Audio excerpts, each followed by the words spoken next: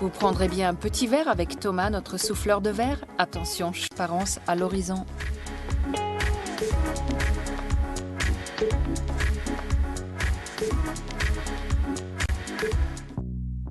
Qu'on soit du genre à voir la vie du bon côté avec une touche d'ivresse, qu'on ait l'âge de jouer aux billes ou de bien à l'abri ou simplement un peu d'intimité, partout où on le regarde, on trouve du verre.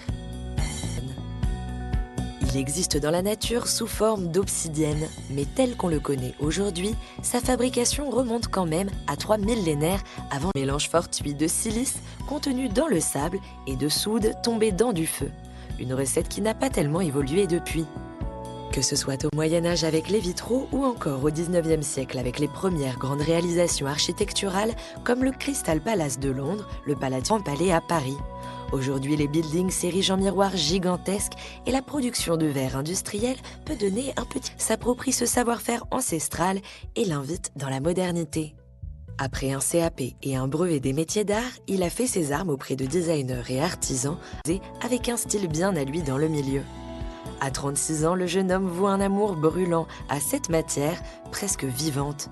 Il la tutoie depuis... Déjà dans la matière, dans le verre, c'est son travail. C'est aller prendre du verre, c'est aller prendre du verre chaud, c'est danser avec la matière, c'est l'avoir bougé, c'est prendre des risques, avoir chaud.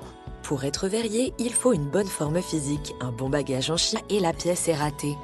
Au bout de sa canne à souffler, Thomas crée une petite galette de verre transparent. Sur la cabalotte, il en existe de toutes les teintes, comme sur une palette de peintre. Cette petite bulle blanche qui va être là, qui va être ensuite recouverte de verre transparent une fois, puis deux fois. Bulle de chewing-gum, on va pouvoir souffler, le blanc va se dilater dans le verre transparent.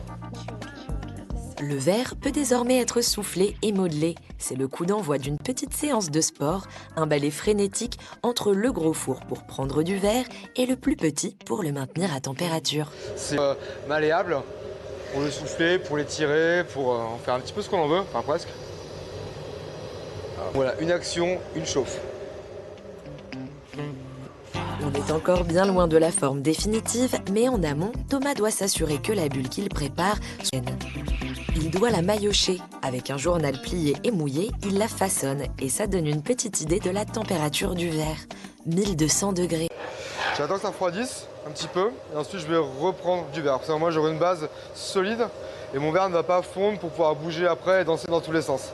Je vais rester bien maître de ma matière. Donc je pars avec une base solide pour reprendre du verre liquide.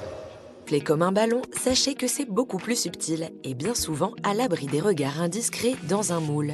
Celui de, comme pour beaucoup d'autres, il a besoin d'un coup de main de son assistante Agère, elle aussi est artiste verrier. Ça vient, ça vient. Ici, derrière. Rater, de se brûler, de faire tomber par terre, d'être frustré, de louper et tout. Au bout d'un moment, on arrive à le faire de façon assez...